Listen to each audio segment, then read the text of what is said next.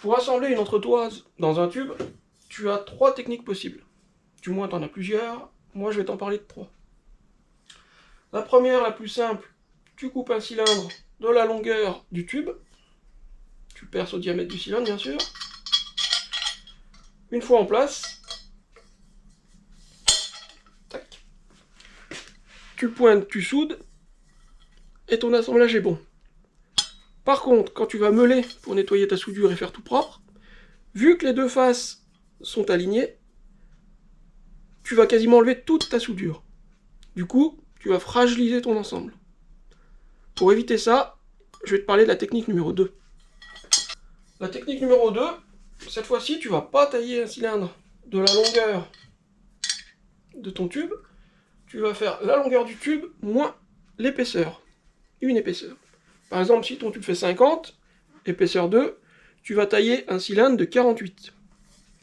Pourquoi? Eh bien, quand tu vas rentrer ton cylindre, tu vas faire en sorte, si j'y arrive, tu vas faire en sorte de le décaler de chaque côté de la moitié d'une épaisseur. Donc ici 1 mm. Comme ça, de cette façon, tu vas souder, et quand tu vas meuler, il te restera toujours un peu de soudure sur l'épaisseur de différence. Par contre, tu vois qu'il n'y a pas la même... Les deux faces ne sont pas alignées, du coup, il y aura toujours ce décalage, ça va pas faire très joli. Sans parler de la mise en place, normalement, il faut trouver une petite cale d'épaisseur, de la moitié de l'épaisseur. C'est pas toujours facile. Du coup, il y a la technique numéro 3. La technique numéro 3, tu coupes un cylindre de la longueur de ton tube, et à chaque extrémité, tu fais un chanfrein de la moitié de l'épaisseur.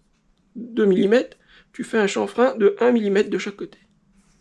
Comme ça, quand tu mets ton tube en place, tu soudes, et quand tu vas meuler pour nettoyer, tes faces seront bien alignées, ça fera propre, et tu auras toujours la soudure qui restera dans le creux du chanfrein. Donc tu auras aussi la solidité.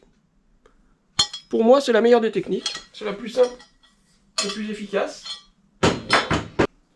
Voilà, maintenant tu connais 3 méthodes pour assembler une entretoise. À toi de choisir celle que tu préfères.